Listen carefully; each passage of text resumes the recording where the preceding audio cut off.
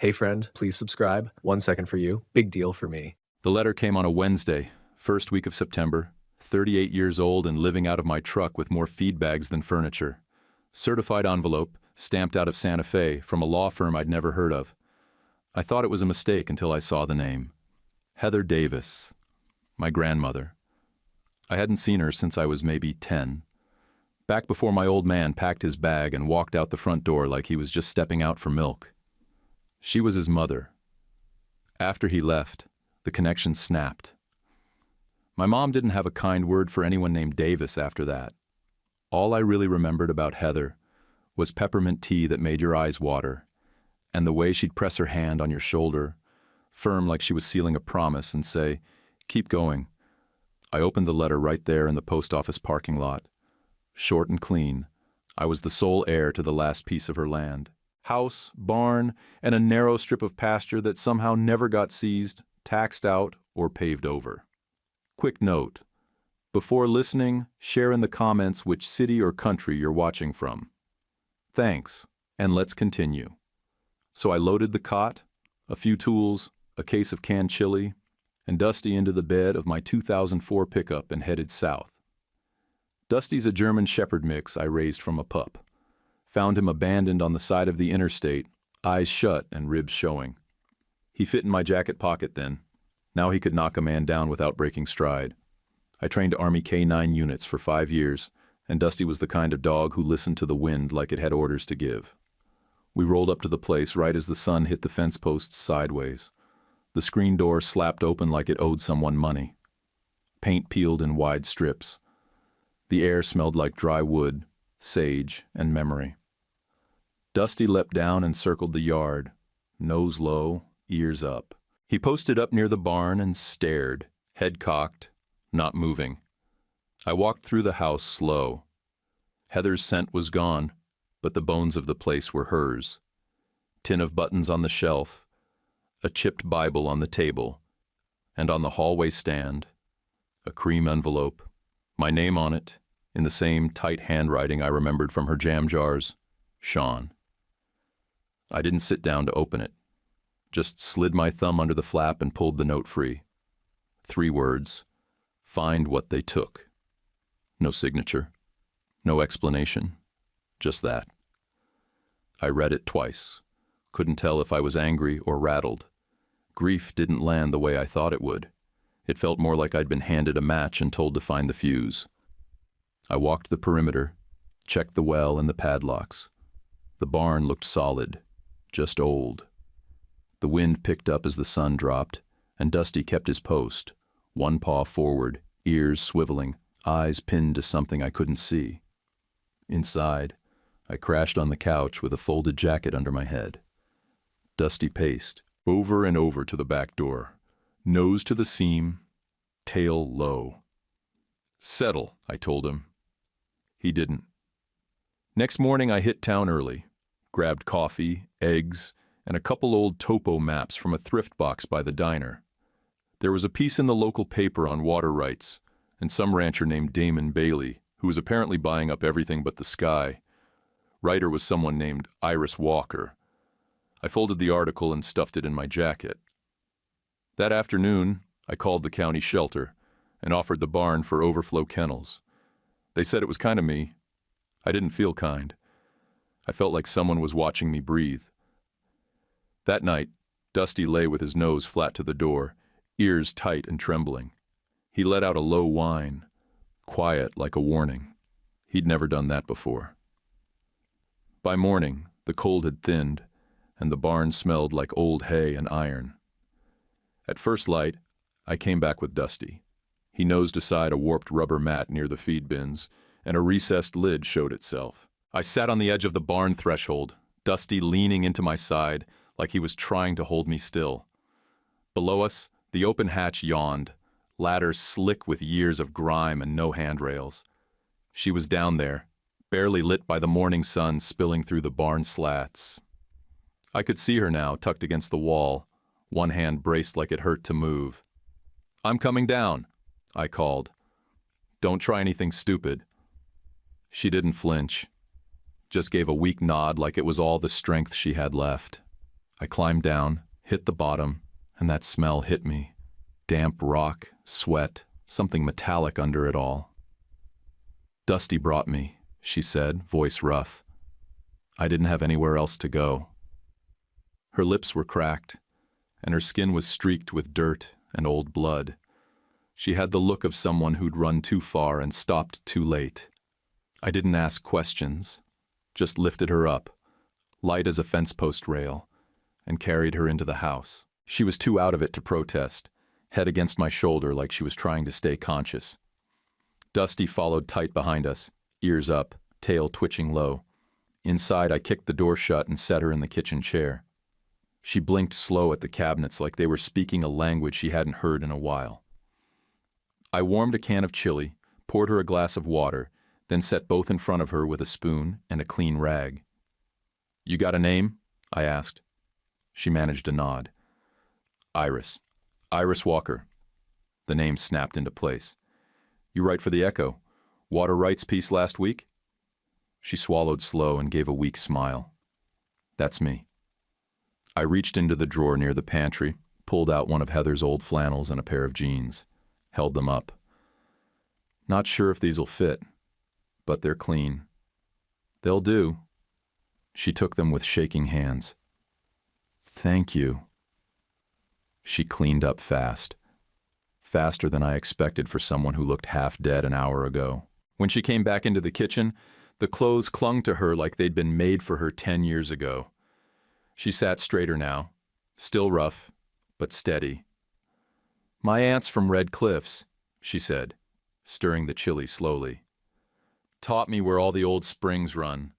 My mom was Dene, raised me between the mesa and the canyon roots. I freelance for the paper now. Been tracking what Bailey's doing." "Damon Bailey?" I asked, though I already knew. She nodded. "He's buying up land fast. Whole sections. Dead water rights, backroom deals. And a month ago, I heard one of his guys slip about a lithium-bearing vein under stolen tracks. Said they were going to scrub the paper trail clean." I leaned back against the counter.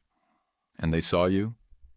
"Near the old windmill, 2 ridges south of Route 49. I had my camera out. They must have been watching. One of them called out my name before I even turned around. I dropped the lens bag and ran toward the wash." Her voice stayed calm. Not flat, focused, like she'd already done the panic and boxed it away for later. "Dusty found me before they did," she said. "Out of nowhere, he just came charging in, snarling and snapping. Bit one of them, I think. He baited them toward the wrong trail while I ducked through a narrow slit in the rocks. Led to a hidden pocket, deep and hollow. We stayed there 2 nights. I looked down at Dusty. He stretched out on the tile, tail thumping once, tongue lolled.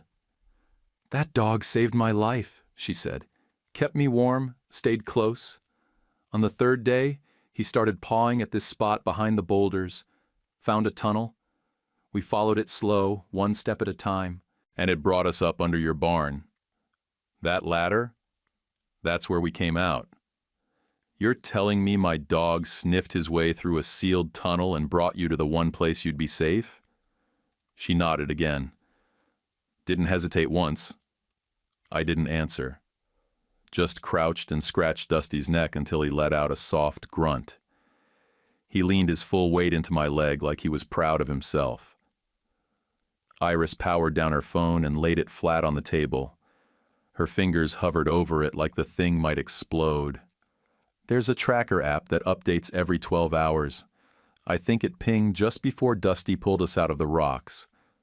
I grabbed an old feed tin off the porch, lifted the lid, and dropped the phone in. Slid the whole thing under the cabinet baseboard.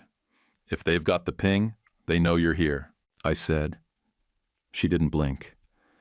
"I figured." I walked to the sideboard and grabbed the envelope Heather had left me, set it in front of Iris, and watched her eyes scan the handwriting. "She knew," she whispered. Her finger touched the edge of the paper like it burned. She knew the whole time. My stomach knotted like I'd missed a step on a ladder. She was waiting for someone to come back, Iris said. She didn't trust the law, didn't trust the courts, but she trusted you. I didn't know what to say to that. Dusty whined once at the door. Low, sharp, a warning. Iris looked toward the sound, then back at me. They won't stop. No, I said. They won't. I went to the closet and pulled out a pack I hadn't touched since deployment. Old straps, still tight, gear dry and ready. I started checking my headlamp and batteries. Iris stood. We have to go back down there, whatever they're after. It's not just rumors. It's real. Your dog knew where to go. That means there's more. I strapped the pack to my shoulders. Then we follow him. Dusty let out one soft bark. His ears were up again, like radar, like he'd been waiting for us to get moving. We didn't say a word. Not when Dusty went still as rebar.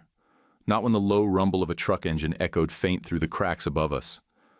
I raised a hand and touched Iris's wrist, just enough to hold her still. Her breath caught in her throat. Then it faded. The engine, the voices. Dusty didn't move for another full minute. Only when he slowly exhaled and lowered his head did I shift. We backed away from the ladder, careful with each step, then turned toward the tunnel. We'd packed before heading down. 2 headlamps, spare batteries, a length of climbing rope, my old Army notepad, and a box of gallon zip bags. I'd left a note on the fridge upstairs, just in case someone found the place before this turned into bones. We went single file, me first, Dusty right behind, Iris closing us in. The light from my headlamp lit up the dust like snowflakes, floating slow, untouched by wind. The tunnel walls weren't rough stone. They were shaped, like someone had cut them by hand generations back. It didn't feel like a mine. It felt older than that, more careful. The air changed as we moved. It got cooler, damp, with a weight behind it like the earth was thinking about something. 2 tight bends later, the passage widened. I could stand up straight. The ceiling curved above us like a belly. Water dripped in the distance, slow and steady, like time counting itself. Dusty veered left, nose to the wall, ears twitching. He doubled back, paced, then stopped at a stacked wall of stones. Looked like a dead end, unless you were paying real close attention. I pressed my ear to it. Nothing. Iris stepped beside me and ran her palm over the seams. Then she stopped. There, she whispered. Feel that? It's breathing. She was right. The faintest draft, just enough to raise the hairs on your arms. We got to work. Stone by stone, shoulder to shoulder. The stack wasn't mortared, just old, dry. We took turns, always bracing the sides to keep it from caving. Took nearly 40 minutes, maybe more.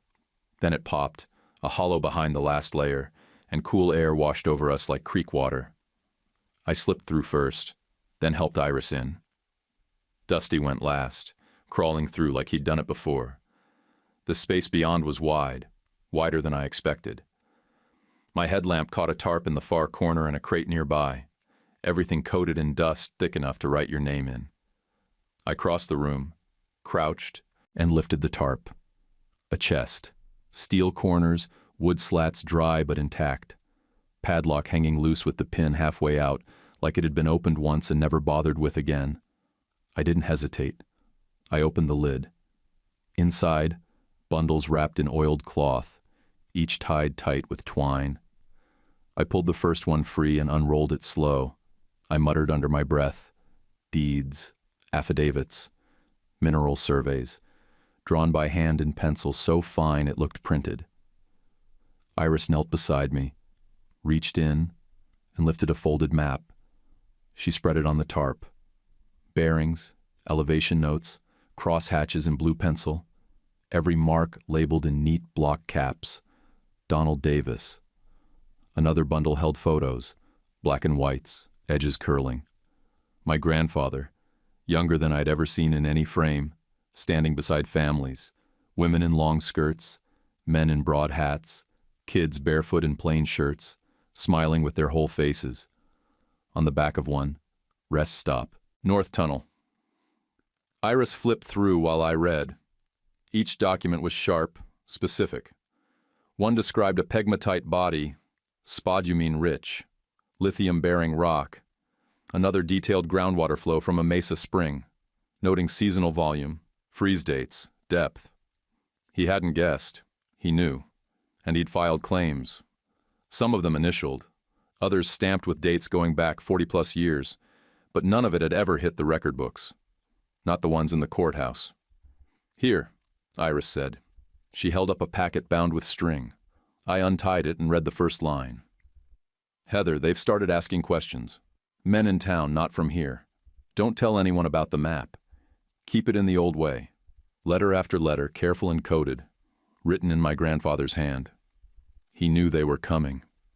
He knew the land was worth more than crops, and he trusted Heather to hide the truth.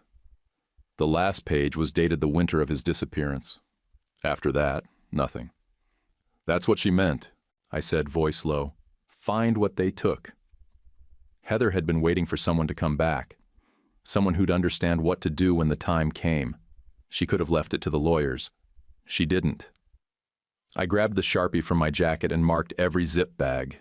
Deeds, affidavits, maps, letters. Iris took pictures with her camera.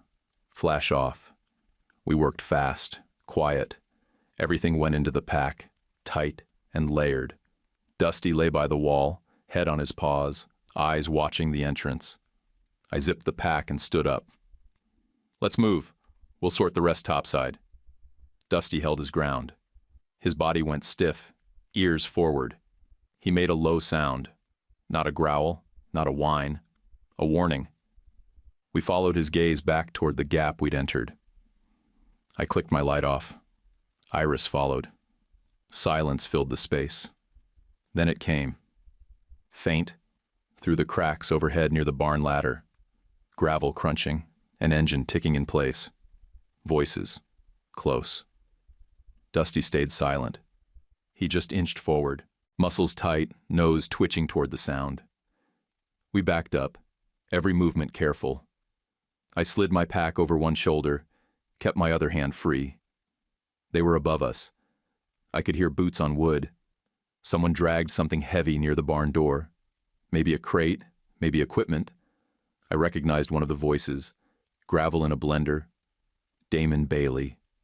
He was here. I motioned to Iris. We edged back toward the wide chamber. The tunnel behind us split. One path we came from, the other darker, unlit, leading left. Dusty turned without waiting and padded into the dark. I didn't argue. We followed.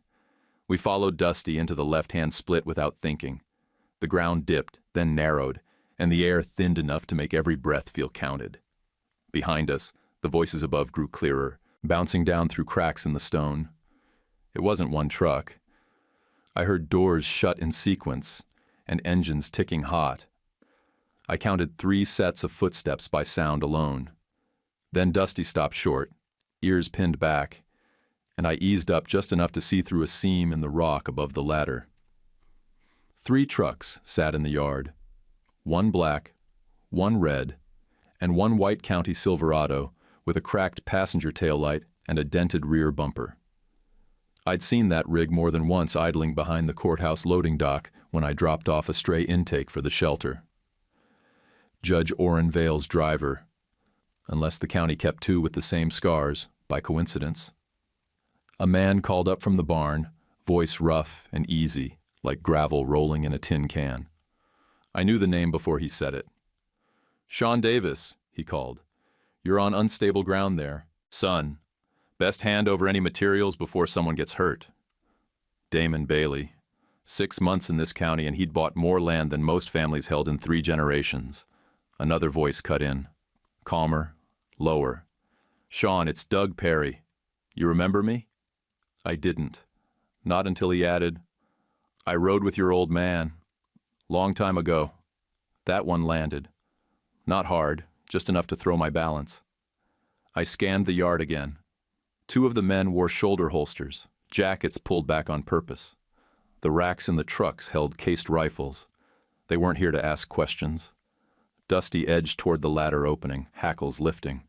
He shifted his weight like he was daring a boot to show itself. I hooked a finger under his collar and shook my head once. He held, barely. "They're calling it county business," Iris whispered, lips close to my ear. She didn't look scared. She looked focused. She mouthed one word, federal. I nodded. With Vale in the mix, we had no shot at fairness here. I slid the hatch just enough to meet their eyes. Daylight cut across my face. Bailey stood near the barn door, hands loose, smile set like it was bolted on. Doug Perry leaned against the white Silverado, arms crossed, watching everything. You don't have a warrant, I said, and I've got counsel inbound. It was a lie, and Bailey heard it. His smile widened without touching his eyes. We'll wait, he said. Take your time. He wasn't waiting. He wanted us to bolt and make a mistake. I shut the hatch and backed away. Iris was already moving, quiet and fast, toward the tunnel behind us. We took the first left off the main path. Bad call. The floor dipped, then gave. Not a full collapse, but enough to choke the air. Dust billowed, thick and dry. The headlamp beam died in it, swallowed whole. My chest tightened and my throat burned like I'd swallowed chalk. Dead air. Panic climbed me, cold and fast, like a hand closing around my ribs. I forced myself to slow, counted my breaths, felt for Iris's sleeve. She was there. Dusty sneezed once, sharp, then pivoted hard and shoved his nose into a narrow slit I hadn't clocked. Air slid through it, cool and clean. Here, Iris said. She stayed calm, which helped more than words. I shrugged the pack off and shoved it through first, then dropped to my stomach and squeezed. The slit narrowed halfway in. My right shoulder caught between two stone ribs and stopped me dead. Pain flared hot, like a nail driven deep. I'm stuck, I said, and hated how tight my voice sounded. You're stuck, Iris echoed, steady. She backed up, planted her boots, hooked her fingers into my belt. Breathe out slow. We're doing this on 3. I let the air go, went limp when she pulled, and slid free like a cork. I rolled onto my side, gasping but moving. Dusty squeezed through last, tail a blur once he cleared. We didn't stop. The passage sloped down and spit us out into a low wash behind a juniper. The sun hit my eyes hard after the dark. I crawled the last few feet and flattened myself against the dirt. Through the branches, I watched one of the trucks roll slow around the back of the house and stop near the corrals. A door opened. Someone laughed, short and mean. They're sweeping, Iris said. They think we're still underground. Not for long, I said. I shouldered the pack and checked the straps. Everything was still there. That mattered. We moved bent low, cutting for the basalt shelf above the windmill. The ground was a mess of rock and scrub, hard to track if you knew how to walk it. Dusty ranged ahead, nose up, testing the wind like an old hand. When he paused, we paused. When he angled right, we followed. We crossed a shallow draw and climbed. My lungs burned, but the pain in my shoulder kept me honest. Halfway up, I looked back once. The house sat quiet in the dip, trucks scattered like ticks around it. Men moved with purpose, opening doors, kicking at boards, calling to each other. Bailey stood near the barn, hands on his hips, head tilted like he was listening for something stubborn. That was the last time I looked at the place and felt like it still belonged to me. At the shelf, Iris touched my arm and pointed. A faint trail cut toward the windmill, then disappeared into rock. She smiled once, quick and fierce. This way, she said. They won't follow. Dusty took off ahead, confident, tail level. I followed, leaving the house, the barn, and whatever version of my life I'd thought I was inheriting behind me. The trail got mean after the ridge. Loose rock and old roots made footing miserable, but Iris never slowed. She moved like she was born between switchbacks and dry washes, always 2 steps ahead, one finger brushing the air like she could read direction off the wind. Dusty stuck close, cutting ahead to scan, then looping back. Every few minutes he paused and looked behind us, watching, listening. I didn't ask what he heard. I could guess. We hit the first seep spring before noon, a shallow trickle under cottonwood roots, just enough to fill our canteens. Iris crouched low, cupping water into her palms. She didn't speak until we'd cleared the mud from our boots and moved on.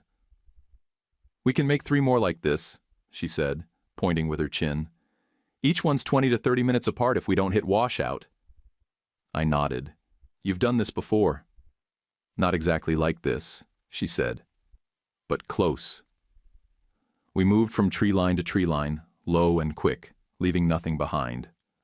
Dusty marked each stop with a nose to the wind and a low wag of his tail. That was the signal. Safe, for now. By late afternoon I heard them. Thin howls carried by heat and dust. Hounds. At least 2, maybe more. Sounded far off, but that didn't mean much out here. I glanced at Iris. She heard it too. Dusty froze for half a breath, then nosedived into a muddy side channel like he was born knowing the trick, rolled hard back and forth, coating his whole body in the muck. He came up looking like a shadow of himself, tail still wagging, eyes sharp, smart dog. We followed his lead, masking our scent best we could. I dragged wet dirt over our tracks, then scattered brush in reverse. My shoulder ached like fire every time I lifted it, but I didn't complain. We didn't have time. The beaver pond was next, knee-deep and cold enough to numb a man's bones. We moved slow, just under the surface, careful not to stir bubbles that might give us up. I held Dusty's scruff with one hand and Iris's elbow with the other. The bottom was soft and full of old sticks, but we made it through, teeth chattering, legs half dead. Once we cleared the water, I pulled us up onto dry gravel and dropped flat. No sign of movement behind us, but the dogs weren't gone, just slowed. Confused, maybe. We kept moving. I paced us by habit, 6 minutes walk, 2 minutes rest. Old canine rhythm. Once the sand started giving way to solid stone, I had us strip our boots and carry them. Barefoot, we'd leave less track once the sun dropped and the wind kicked up. Dusty stopped near a twisted juniper and whined. Iris tapped my arm and pointed. A basalt outcrop shaped like a shelf gave us just enough cover to crawl under and breathe. We settled in with the last of our jerky and a shared flask of creek water. "You ever sleep like this?" I asked. "I've slept worse," she said. "In a tent, middle of a storm, with my aunt snoring in my ear." I managed a half laugh. "Sounds about right." She shifted, pulled her jacket tighter. "We'll need to move by first light. There's a diner on Route 64, 5 bar stools, and the best cherry pie in the state." "I believe you." She tilted her head back, then pointed to the sky. "See that cluster?" she asked. "My grandfather taught me to tell time from that. If they line up with the ridgeline, we've got about 5 hours till dawn." I didn't ask how she knew all this. I just nodded, closed my eyes, and tried to forget the sound of boots on barnwood. But Heather's note kept flashing behind my eyelids. Find what they took. Every word heavier than the last. At first light we moved. Quiet, quick, and steady. My legs felt like wood. Every rock stabbed like a nail. But the road was close. I could feel it in my ribs. We reached the diner just after 7. Low-slung building with faded paint and a gravel lot.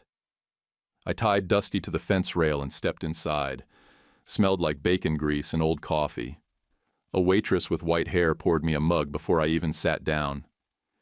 "You look worn out, sugar," she said. "Want eggs or just pie?" "Pie," I said. 2 slices and a cup for her, too.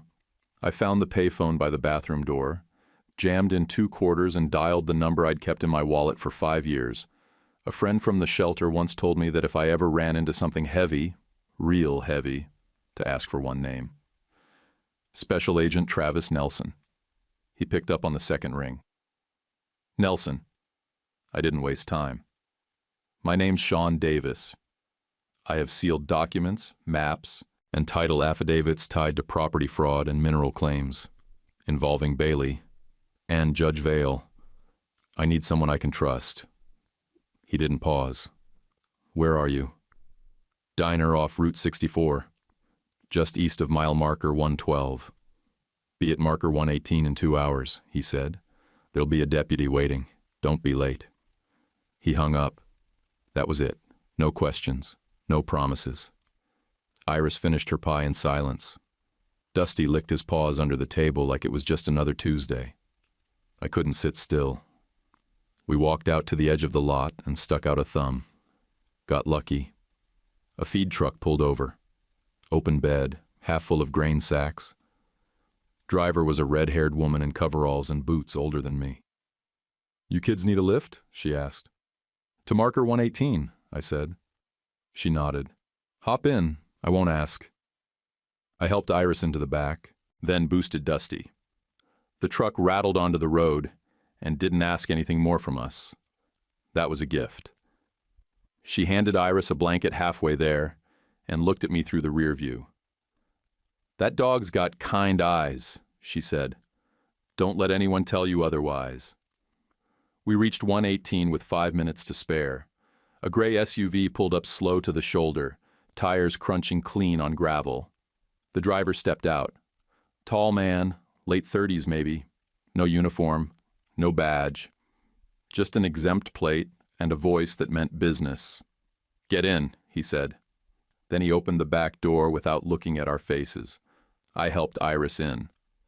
Dusty jumped up and settled between the seats, nose resting on the console like he'd done it 100 times. The driver waited until the doors shut. Then he said, "Deputy U.S. Marshal Ephraim Cole. We'll take it from here." Dusty closed his eyes before we hit 40.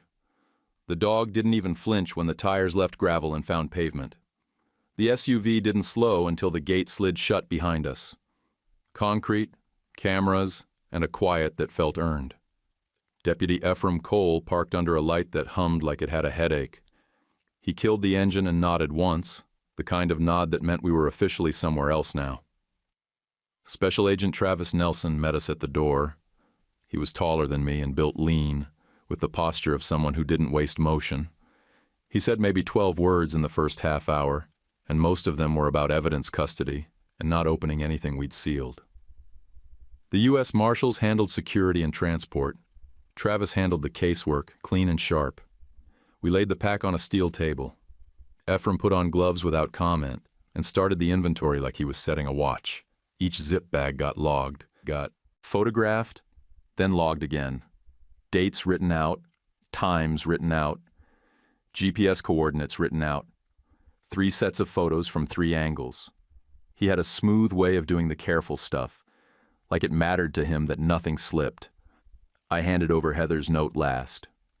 Travis read it once, slow, then slid it into a sleeve. He didn't comment, which somehow felt respectful.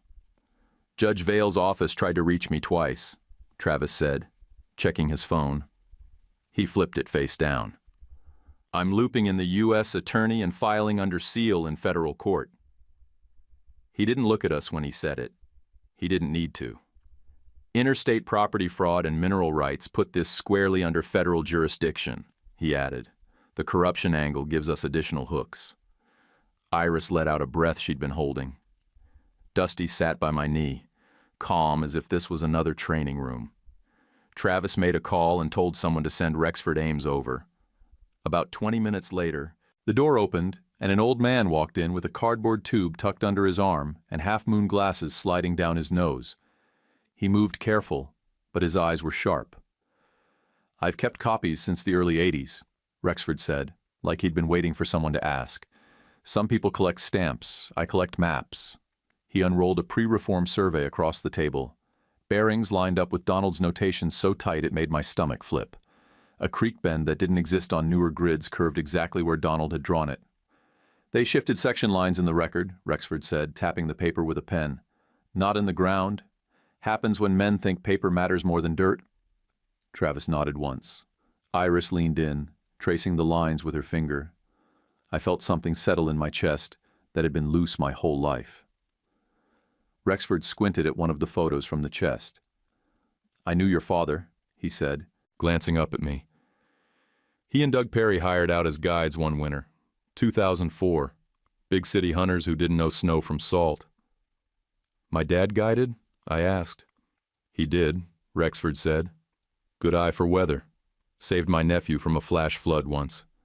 Dragged him up a bank by the collar and didn't let go." I didn't answer right away.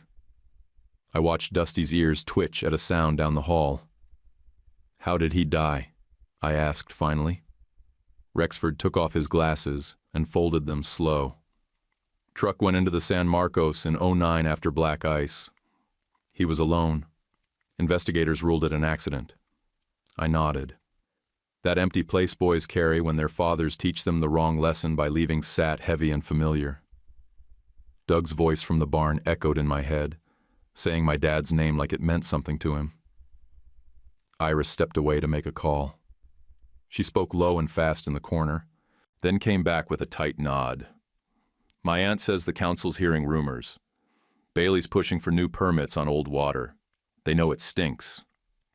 "Good," Travis said. "We want them talking." We signed more forms. Ephraim sealed the chest again with evidence tape and initialed across it like he was closing a door that mattered. Travis told us we'd be staying under names that weren't ours for a bit. "Order something hot," he said, handing me a key card. "You both look like you just escaped a well." The motel was nothing special, clean enough, quiet enough. I took the note from Heather out of my pocket and set it on the nightstand like it belonged there. Dusty made a circuit of the room, checked the bathroom, then lay down with one paw pressed against the door. He snored like a small engine. I sat on the edge of the bed and stared at the handwriting until the letters blurred. Iris showered and came out wrapped in a towel, hair damp and loose. She didn't say anything, just sat beside me and leaned her shoulder into mine. We stayed like that for a while, breathing in sync, the quiet doing some work for us. Sleep came hard, but it came. When I woke, the room was gray with early light, and Dusty was already alert, ears up, tail still. Travis knocked once and came in with coffee and a folded brief. He didn't waste time. "We moved to federal court this week," he said. "Vale will try to stop us. He won't." He laid out the plan in plain language. Removal to federal court.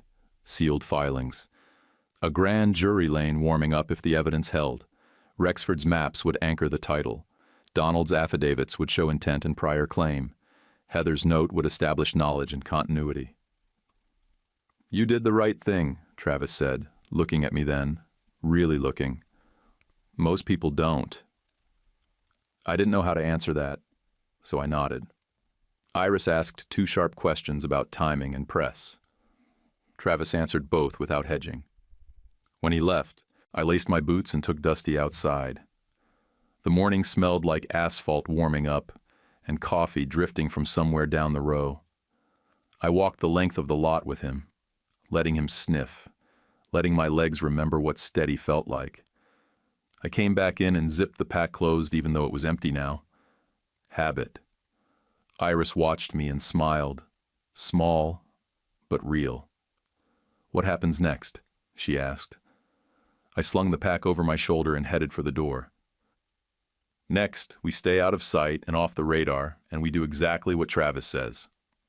Dusty stood and stretched, then trotted to the door like he was clocking in. By the time we made it back from the motel breakfast bar, burnt toast, eggs cooked hard as gravel, and coffee that tasted like cardboard, Travis already had the news. He didn't bother easing into it. "Bailey filed a civil claim at 8:02 this morning," he said, laying a printed docket on the table. "Says the materials were stolen from his property. Wants an immediate seizure order." I scanned the top line. Plaintiff, Damon Bailey. Defendant, Sean Davis. "He said I stole from his property?" I asked, almost laughing. Travis didn't crack. "Vale signed a temporary seizure order at 8:19. Standard language, immediate enforcement." My gut burned like I'd swallowed a handful of nails. "You said this was federal now." "It is," he said. "I filed a motion at 8:43 to remove the civil matter under federal question doctrine and tied it to the fraud investigation. That stays the order until a federal judge reviews jurisdiction." "Well, I'll be," I muttered. "That fast?" "He's punching," Travis said. "Means we hit something real." Iris leaned over the docket, her jaw locked tight. They're not wasting time. No one spoke for a minute. Dusty shifted under the table and let out a low sigh. Then the call came. Travis's phone lit up. He answered, listened for maybe 10 seconds, then handed it to Ephraim. The deputy's face didn't move an inch while he listened, but he was already grabbing his jacket before the line went dead. "County recorder's office is on fire," Ephraim said. "Clerk saw a guy in a ranch cap toss something into a bin near the microfilm vault." Travis looked at me. "You're coming." We got there fast. Faster than local fire. Smoke poured out the west side of the building, curling like dirty fog. The roof hadn't caught yet, but the office was burning low and wide. It was no accident. Dusty leapt out before I could even clip his leash. He pulled hard to the back of the building, nose twitching like he was chasing a thread through the smoke. Behind the alley dumpster, he stopped dead, barked once, sharp, and sat next to a dented fuel can half hidden in shredded paper. Ephraim waved the fire crew around back. One of them pointed at the lid. Still warm. I stepped inside the back hall with Travis and Iris while the crew cleared the smoke. The place smelled like burnt carpet and scorched paper. Inside the microfilm vault, reels of county property records melted into a black puddle. Nothing to save. The damage was surgical, vault only. Everything else barely touched. A street camera across from the public library caught the back of a flatbed peeling out. The plate traced to a subcontractor working Bailey's spread. That same afternoon, Ephraim picked up one of Bailey's hands on a broken taillight. No drama, no chase. Just a quiet stop on a back road outside of town. The man cracked in under 20 minutes, told them where they met, what they said, and gave up a prepaid phone used to coordinate it all. "He was supposed to torch the microfiche and files," Travis said later. "Didn't realize those weren't the only copies." I looked at Rexford. The old man had a glint in his eye and a beat-up leather bag on his lap. "I told you," he said. "Some people play checkers. I back up records." He brought out a roll of microfiche copies. Originals he'd duplicated at home. "Just in case," he said, like that was a normal thing. Ephraim scanned the frames into a secure drive. Each frame showed clear ledger entries under Donald Davis's name, mineral claims, water rights, parcel maps, and then, about 6 months later, the same lines scratched out and rewritten in a different hand. Rexford circled 2 frames and pointed with the tip of a pencil. "This ink's from a different cartridge, and that's not the county clerk's initials," he said. "I've worked next to her since 1985. She loops her R's. This one doesn't." Travis leaned in. "That'll hold up?" Rexford nodded. "Better than what they've got left." While Ephraim logged everything, Iris wrote. She didn't name names. She didn't speculate. She wrote the facts in plain, sharp lines and ended with a question. Who benefits when records disappear? The paper ran it the next morning, front page, above the fold. No picture. Just her byline and the headline. Recorder's vault burns. History erased. I watched Dusty sleep under the table while she wrote, paws twitching like he was chasing something in his dreams. I knew the feeling. That night, the shelter called. Storm coming in. Strays were getting flushed out of culverts and needed somewhere warm. I had 6 pens clean and a barn that could hold 4 more crates. "Drop them off," I told the woman.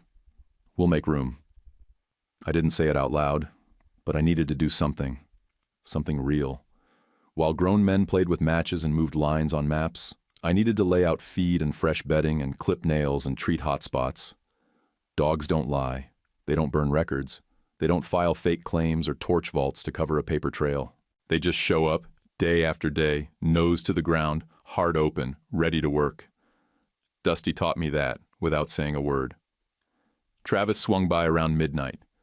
He didn't stay long, just leaned against the door frame of the barn, watched me finish stacking feed. "Court's in 2 days," he said. "Keep your heads down." Iris was asleep in the loft. Dusty curled at the base of the ladder like a sentry. I didn't sleep. I stood outside with a flashlight and checked the fence lines every hour, like my grandfather used to do, even if I hadn't known it until now. I thought about my dad. I thought about the truck on black ice. I thought about Doug Perry standing in my barn like he belonged there. And I kept asking myself a question I didn't like. Can a man be 2 things at once and still come out right? Federal court was colder than I expected, Not just the air, but the feel of it. Stone, steel, and rules that didn't bend for anyone. Judge Orrin Vale wasn't on the bench. Travis had him recused for conflict, and a visiting Article 3 judge took the seat instead. Gray hair, steady eyes, no patience for theater, no small talk. We stood when told. We sat when told. That was it. Travis started clean and slow, the way men do when they know they've got the truth lined up and don't need tricks. He put the chain of custody on the record, exhibit by exhibit. The chest from the cave, the letters wrapped in oiled cloth, Heather's note, the map unfolded wide, bearings lining up with the land like it had always known where it belonged. He didn't rush. He let the room catch up. Rexford Ames took the stand next. He moved careful, adjusted the microphone once, then spoke like he was setting a watch, steady, precise, no wasted words. He explained pre-reform surveys, section lines, and how you can change paper without ever moving dirt. The map from Donald Davis establishes original title and intent, he said. The microfiche shows later alteration. They serve different purposes. The judge nodded. Wrote something down. The court treated Donald's map and affidavits as the foundation of title. Rexford's copies proved the tampering came later. That mattered. You could feel it land. Iris went up next. She didn't dress it up. No drama. Just told the truth in plain words. How she overheard men talking about lithium under the county. How they joked about losing the girl if she didn't keep quiet. How Dusty put himself between her and harm like it was instinct. How the tunnel carried her to my barn when she had nowhere else to go. She didn't look at Bailey when she spoke. She looked at the judge. Then Travis introduced the photos. Black and white prints laid out on the screen. My grandfather, younger than me, standing by a spring with families gathered close. Women in long skirts, kids barefoot, smiling like the world hadn't taught them to be careful yet. Dates written in Donald's neat hand. Notes in the margins. Safe rest here. Keep the door open. The judge leaned forward. The gallery leaned with him. That was the first time I understood it all. The tunnel wasn't just to hide a map. It wasn't just about land or lithium or water. It was a way out. A way through. When men like Bailey's father pushed people off ground they'd lived on forever, Donald gave them another door. Iris squeezed my knuckles under the table. Just once. Enough. The defense called the county clerk next. She swore in, sat straight, and claimed she couldn't recall why certain filings never appeared in the ledger. She said it over and over, like repetition might make it true. Travis waited her out. Then he put up a blown-up frame from Rexford's microfiche. 2 entries, same parcel, same date, different ink, different handwriting. Are these both yours? Travis asked. She hesitated. The room went tight. No, she said finally. Which one is not? Travis asked. She didn't answer. Her lawyer objected. The judge overruled him without lifting his head. The gallery stayed quiet, but you could feel the shift. Tight mouths, folded arms, people leaning back like they needed distance from the lie. When the court recessed, I stepped into the hall to breathe. That's when I saw Doug Perry. He stood near the windows, hat in both hands like it weighed 10 pounds. Older than I remembered from the barn. Smaller somehow. He didn't look at me. Walked straight to Travis and asked, low and serious, for time on the record. When court resumed, Doug took the stand. He told the judge he'd been Bailey's foreman for 15 years. Before that, he ran hunts with my father. He spoke careful, like each word cost him something. He said Bailey's father bragged about a battery rock under Davis ground. Said the old man told his son to own the paper and the rest would follow. Doug said my father refused to sell, refused to sign. Told them he'd rather eat dirt. Then Doug told the story that finished it. A whiteout, years back. Wind so hard it stripped the sound out of your ears. Doug lost footing on a ridge. My father roped him to a cedar and held him there until morning so he wouldn't blow off into nothing. I owe him my life, Doug said. His voice shook once, then steadied. I can't carry that debt any longer. I did wrong. I'll take what's coming.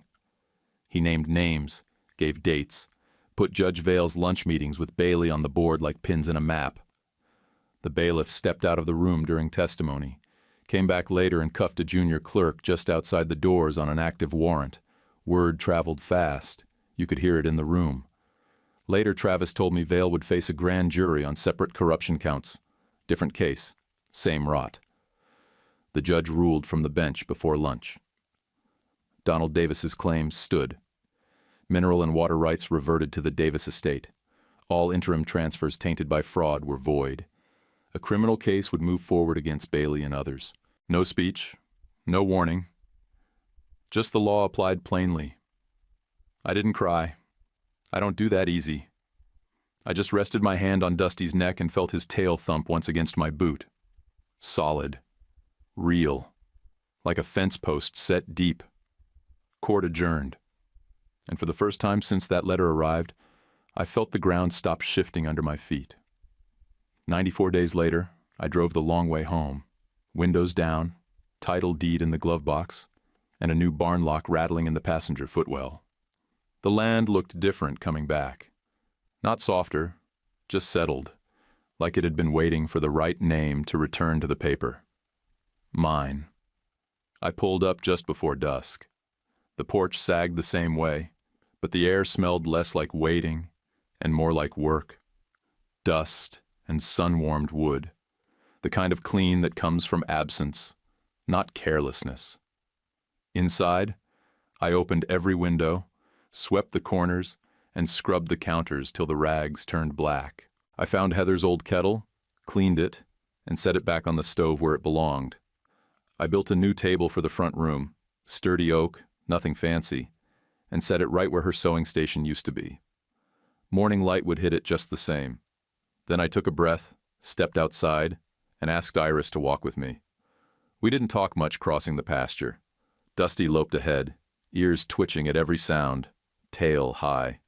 The cottonwood by the spring was thicker than I remembered. It had grown quietly through the whole fight. I reached into my coat pocket and pulled out the ring. Plain silver band. No box. No speech. I'd bought it down on Grant Street for less than a saddle. Didn't even haggle. I don't know what's next, I said. I just know I want to share it. She didn't wait for me to get down on one knee. Just stepped in close, held my face in both hands and said, yes. Then she hugged me like she meant to weld us together. The next morning, we posted new signs at the fence lines. Firm, polite, and clear. No trespassing, grazing by agreement only.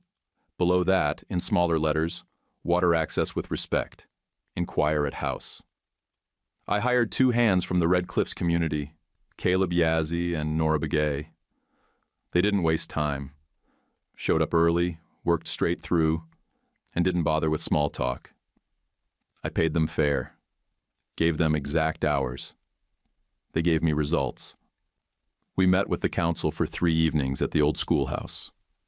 No speeches, just maps, notes, coffee, and honest talk. We wrote up a memorandum for co-managing the spring flow. They asked for restoration first, erosion control, water quality, clearing invasive grass. I agreed without hesitation. Profit later, I told them. Stewardship first. One Sunday, Rexford rolled up in a rusted van and handed me a thermos and a folder.